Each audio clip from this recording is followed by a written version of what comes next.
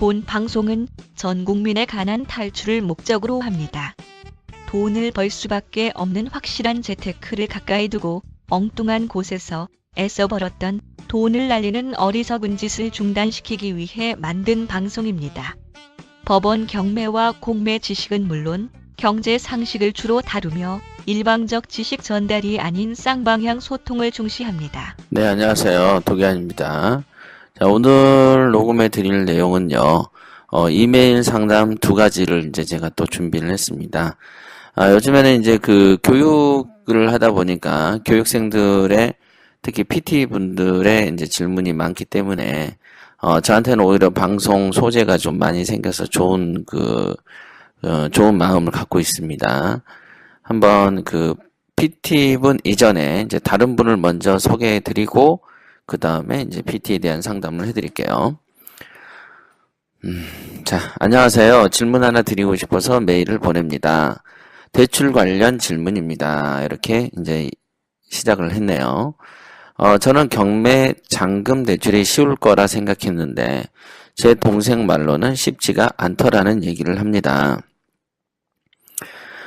제 동생이 자기 명의로 하지 않고 재수 씨 명의로 경매 잔금 대출 신청을 하니 무직이고 어쩌고 하면서 대출이 안 되는 것처럼 하면서 어렵게 대출을 받아서 잔금을 치를 수 있었다고 합니다. 저도 대출을 이용할 수밖에 없을 것 같은데요.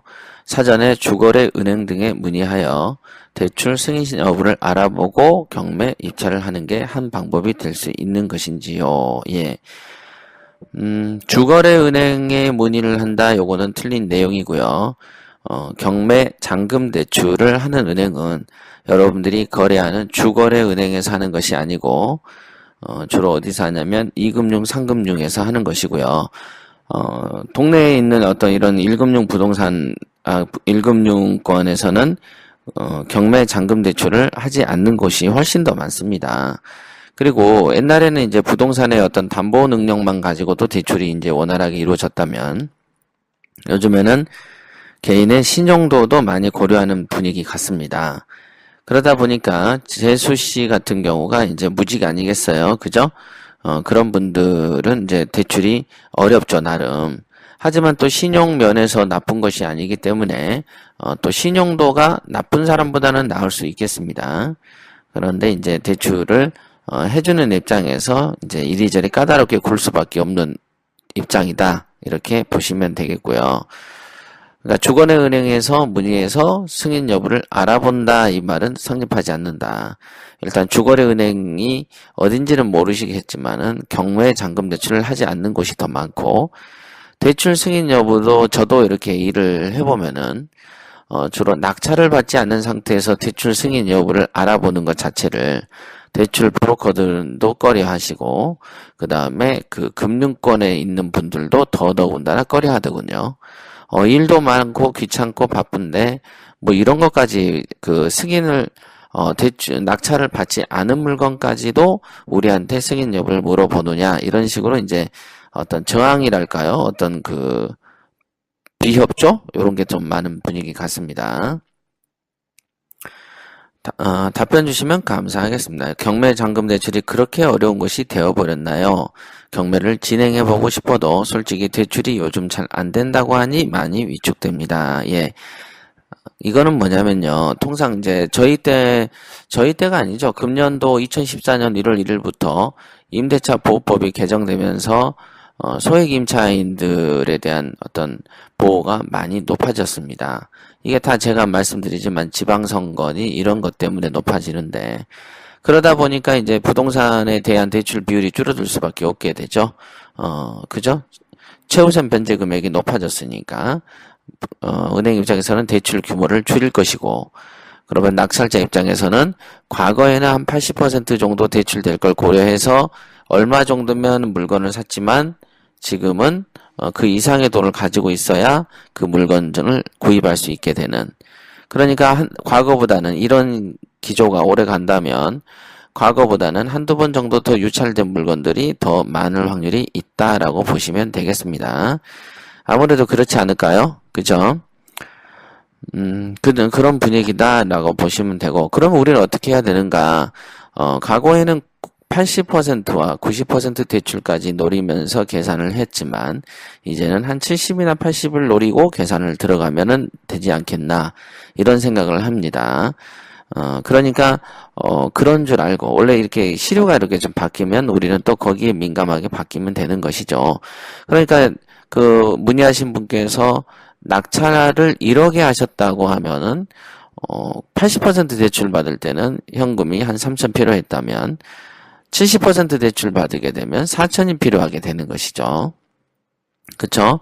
물론 이제 전세 보증금이나 월세 보증금으로 2천이 회수된다면은 뭐 2천만 원만 들어가게 되고, 즉 10% 정도의 추가 부담 정도를 손에 좀 들고 움직이시는 게 차라리 더 낫겠다 이렇게 판단을 하고 있습니다.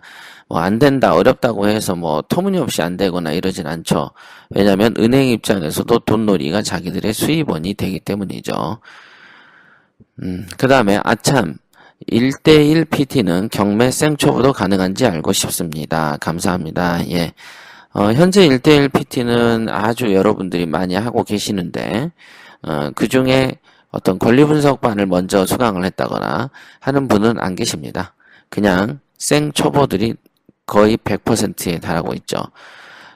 차라리 어정쩡하게 경매 경험 한두 번 쌓는 것보다 생초보들이 가르치기가 쉽고 배우기가 쉽습니다. 통상 이렇게 사람들을 가르쳐보면은 경매를 조금 몇 번 해본 걸 가지고 엄청난 훈장을 단 것처럼 자신들만의 어떤 그 노하우를 가진 사람인 것처럼 착각하는 경우들이 많이 있어요. 그런 정도에 이르면은 자기들 그 주장이 확실하기 때문에 잘 안 고쳐집니다. 그래서 차라리 생초보가 낫다. 이렇게 이제 이해를 하시면 되겠습니다. 그러면 두 번째 메일을 상담해 드릴게요. 자, 안녕하세요. 누구입니다. 네. 조금 전에 토요일에 올리신 팟캐스트를 잘 들었습니다. 질문하신 분도 저와 비슷한 생각을 가지고 있더군요. 그리고 저도 두서없이 질문을 드렸는데 회장님이 많이 짜증나셨을 듯 죄송 이렇게 적어주셨네요. 정독이 아니고 다독과 속독을 하라고 하셨는데 그러면서 궁금한 것은 그때그때 질문을 하면서 말입니다. 그런데 모르는 용어나 이해가 잘 안 되는 부분을 그냥 넘어가기가 그렇고 아니면 일단 모르거나 궁금한 사항은 계속 질문을 드리면 되나요? 예. 일단은 그냥 넘어가도 됩니다. 그런데 그냥 넘어가기가 그렇다라는 것은 뭐냐면 내가 모르는 부분을 남겨두고 훌쩍 넘어가기에는 뭔가 뒤끝이 찝찝하기 때문이죠. 그죠?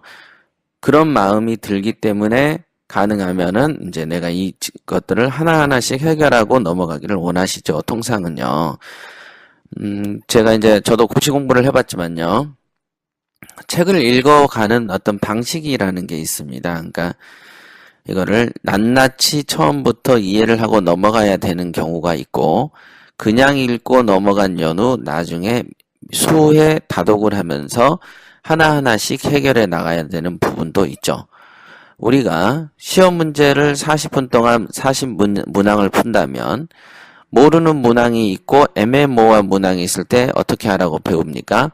그걸 놔두고 다음으로 쉬운 문제부터 풀어라 이렇게 얘기를 하죠. 쉬운 문항을 먼저 풀고 시간이 남을 경우에 모르고 애매한 문항을 풀게 되어 있다 이거죠. 그래서 그 이유는 뭐냐면 주어진 시간 내에서 최적의 효과를 내기 위한 하나의 방법이죠. 그죠?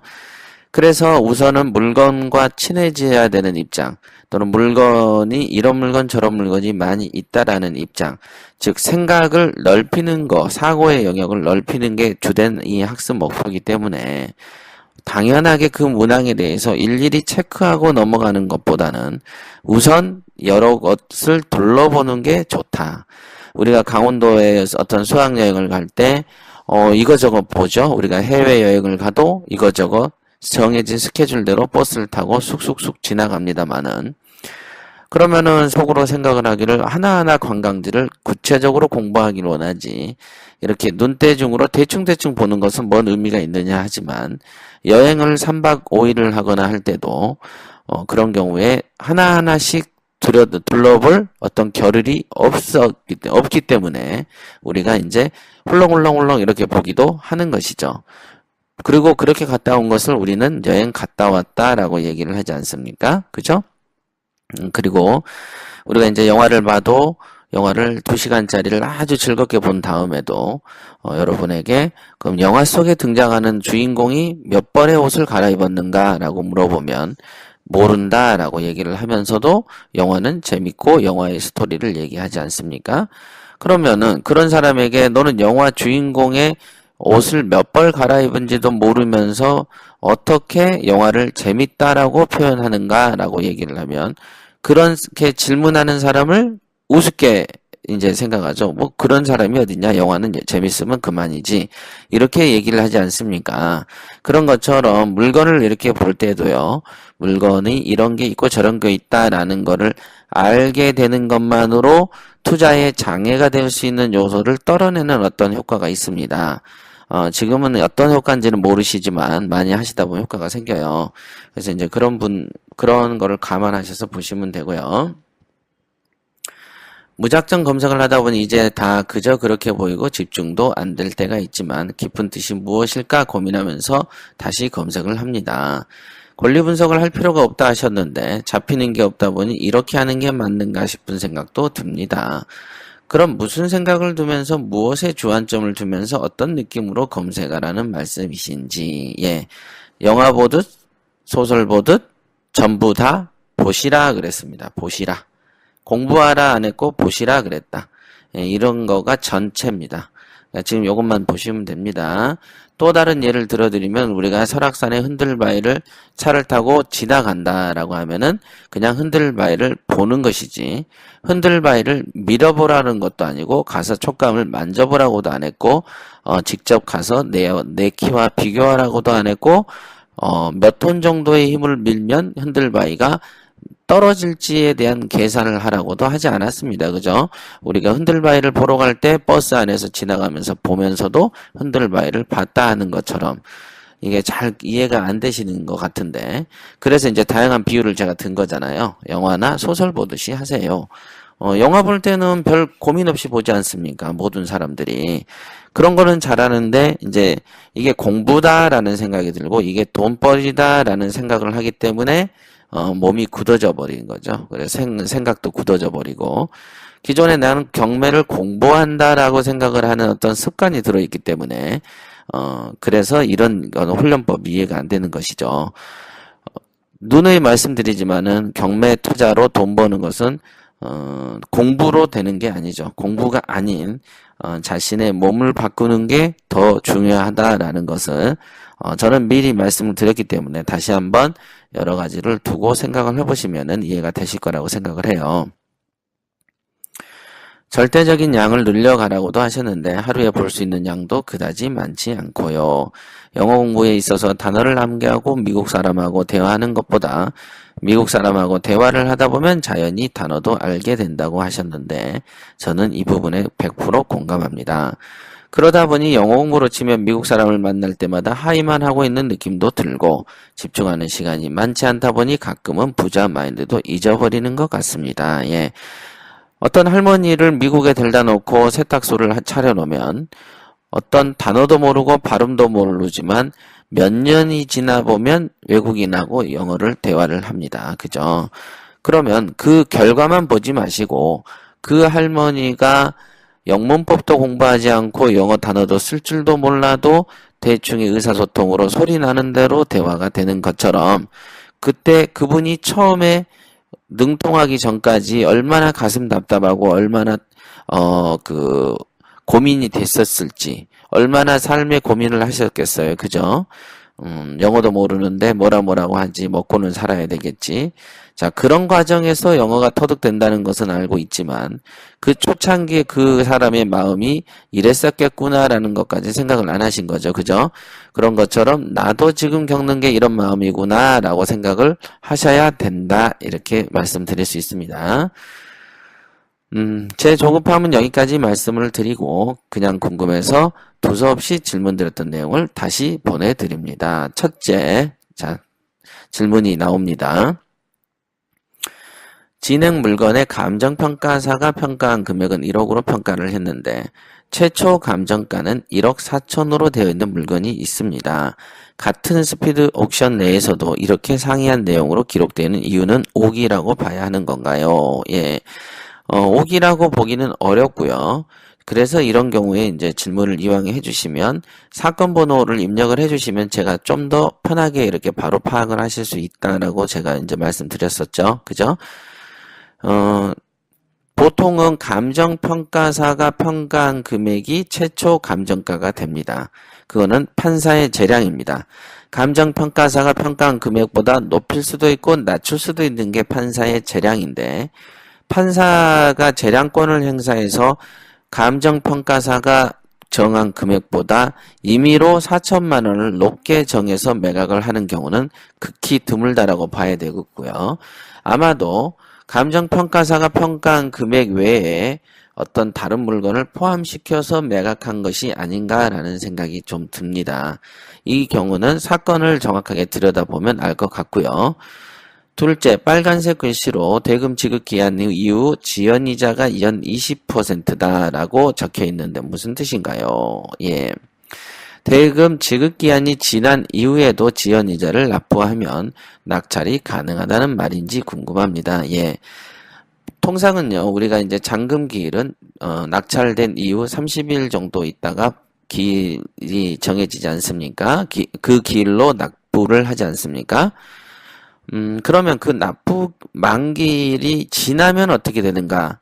바로 하루만 지나도 대금이 우리가 보증금이 몰수되는가라고 생각을 하겠지만요. 우리가 정해진 기일날까지 잔금을 치르지 않으면 법원에서는 재매각을 진행을 하죠. 그러면은 당연히 이제 법원에서 일하는 사무관들은 다시 이해관계인들에게 송달을 하게 됩니다. 그리고 나서 판사는 재매각 기일을 정하죠. 언제 한 달 정도 이후에 잡습니다. 날짜를. 그러면은 우리가 잔금을 치르지 않고 또는 아는 날로부터 재매각 기일까지 공백이 있지 않습니까? 30일이든 40일이든. 그러면 그 기간 이후에는 그 기간 내에는 이왕이면 기존의 낙찰자가 늦더라도 돈을 다 내면 그 물건을 그 사람한테 준다 이거죠. 네. 그러면 그냥 주면은 어떻게 됩니까? 대금 지급 기한이 30일이 아니고 60일이 돼버리는 효과가 생기잖아요. 그래서 그냥은 주지 아니하고 기간이 만료된 이후에 돈을 냈기 때문에 연체 이자를 물리게 되죠. 당연하죠. 언제까지 돈 내라 했는데 안 내니까 당연히 연체 이자를 무는 것이죠. 그러면 그 연체 이자를 얼마로 할 것인가? 예, 연 20%로 본다. 이렇게 보시면 됩니다. 그러니까 1억짜리 물건인데 1,000만 원이 들어가 있고 잔금이 9천만 원이라면 9천만 원을 내지 않았지 않습니까? 그러면 9천만 원에 연 20% 1년에 얼마입니까? 1,800만 원에 대한 이자를 물리죠. 그러면 1,800만 원에 12달로 나눠야 되겠죠? 또는 365일로 나눠가지고 내가 연체를 한 5일 했다, 10일 했다. 그렇게 하면 날짜 순으로 해서 지연 이자를 내면 되겠습니다. 그죠? 9천이면 1년이면 1,800이니까 한 달에 한 150, 뭐 이 정도, 140 정도가 계산이 되겠고 10일 정도라고 한다면 또 3으로 나눠가지고 한 50만 원 정도 되겠네요. 그죠? 그 정도 이자를 내면 되겠습니다. 그럼 뭐 이제 이해되시죠? 그래서 이제 법원에서는요, 통상 지연이자라든지 손해배상에 대한 이자를 연 20%로 정해놨습니다. 셋째, 공사대금 얼마를 못 받아서 유치권을 행사 중이라는 내용이 많이 나오는데, 유치권 행사자가 개인적으로 얼마의 공사대금을 받지 못했다고 하는 것을 낙찰자가 인정해줘야 되는 건가요? 대부분 유치권 행사 중의 물건에 대해서 내용이 불분명하니 입찰 시 확인 바람으로 되어 있고 일부는 유치권 부존재로 법원에서 판결이 났다고 하는데 법원에서 판결이 난 내용만 인정하면 되나요? 예, 맞습니다. 우선은 유치권자가 공사 대금을 못 받았다고 신고하는 것은 낙찰자가 다 인정하는가? 아닙니다. 법적으로 유효하고 확실한 금액만 물어줄 책임이 있는 것이죠. 그 다음에 당연하게 유치권 행사에 관해서는 법원에서 향후에 재판으로 다퉈도 2년을 다툴지 3년을 다툴지 모르는 사안이기 때문에 당연히 집행관은 입찰 시 확인 바람으로 표현할 수밖에 없는 것이죠. 그 다음에 부전제로 법원에서 판결이 났다면은 당연하게 법원에서 판결 난 내용만 인정하면 됩니다. 판결이 최종적인 결정이기 때문이죠. 그래서 유치권이 부존재한다는 확인 판결이 났다면 그 유치권자들은 아무런 권리가 없는 자들입니다.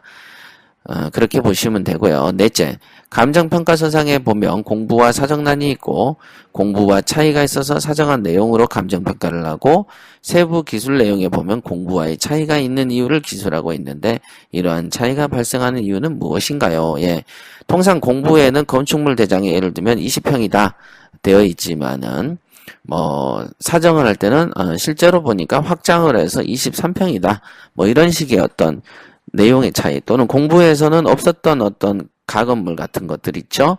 그런 게 실제 사정할 때 보면 이제 가건물 같은 게 있을 경우에 그게 재산 가치가 있다면 그 가치를 감정에 포함시키기도 하거든요.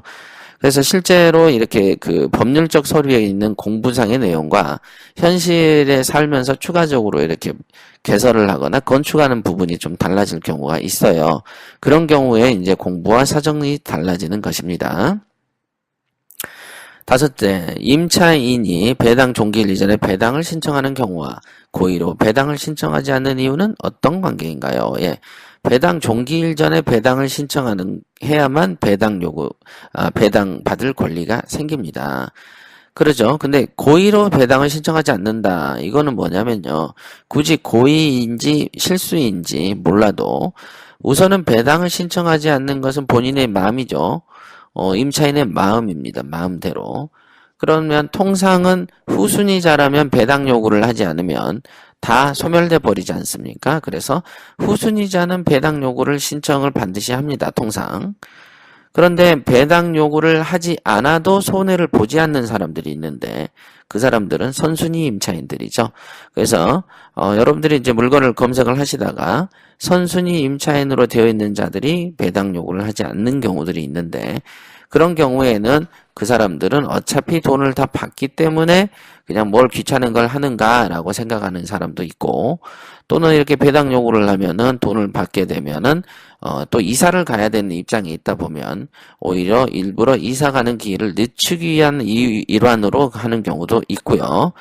또는 어떤 집주인하고 좀 어떤 그 의사소통이 좀 작아지고 오히려 그 낙찰자에게 인수부담금을 줘버리면 집주인 입장에서는 그 집이 팔린 대금으로 은행한테 빚진 그 빚만 갚으면 되는 거 아니겠어요? 그죠?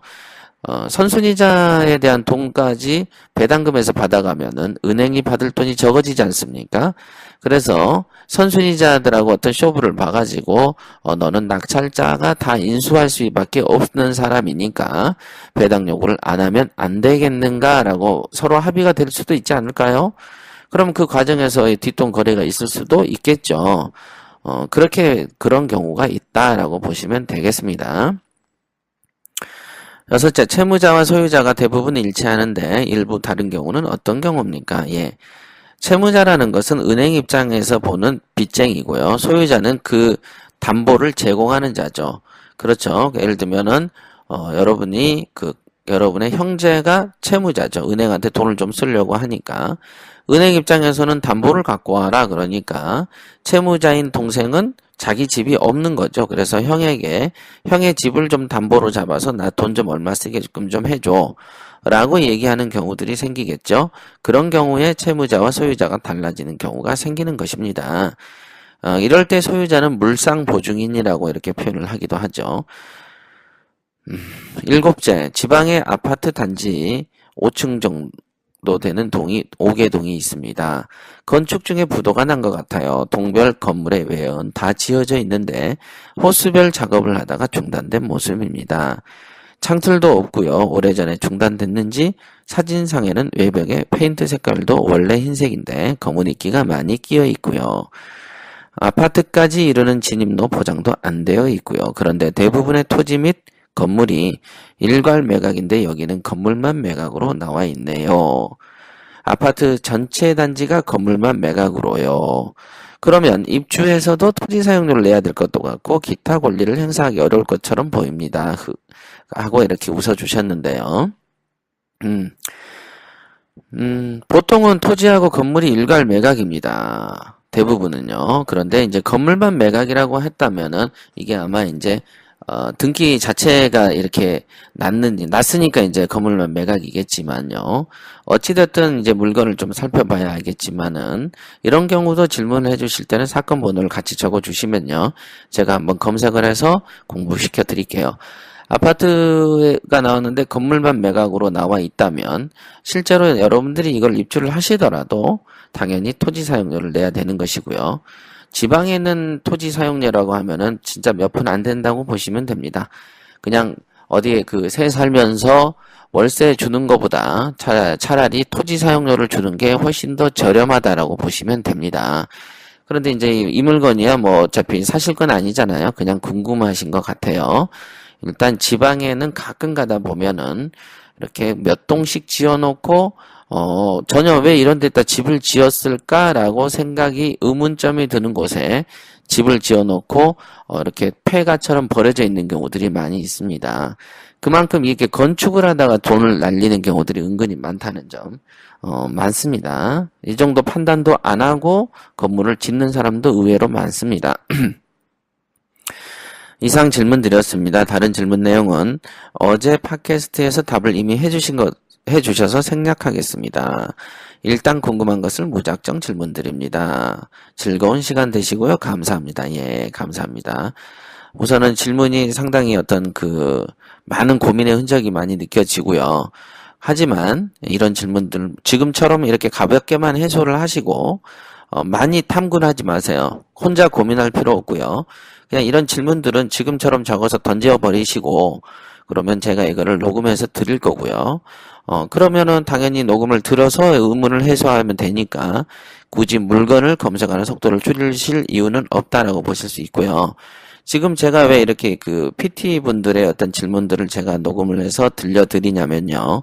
우선은 팟캐스트에는 제가 이렇게 흘리지만은, 저희가 이제, 3달 정도 있다가는 이제 홈페이지가 이제 스마트폰에서 동영상을 보게끔 된다라고 말씀드렸잖아요. 예. 그때쯤에는 이제 PT 질문란으로 이 질문들이 옮겨갈 겁니다. 그래서 미리 있을 때 녹음을 해서 드리는 거죠. 어차피 이제 나중에 별도로 분리를 할 계획이 있습니다. 그리고 지금 이제 제가 얼마 전에 나왔던 도기안의 큐브 학습 지도요. 앞으로도 이제 제가 녹음을 해서 들려드릴 거거든요. 그러니까 이제 이걸 교재 삼아서 여러분들도 관심 있으신 분은 저희 협회로 전화하셔가지고 주문을 하시면 되겠습니다. 또 다른 질문 있으면 또 연락 주세요. 자, 오늘 수고하셨습니다.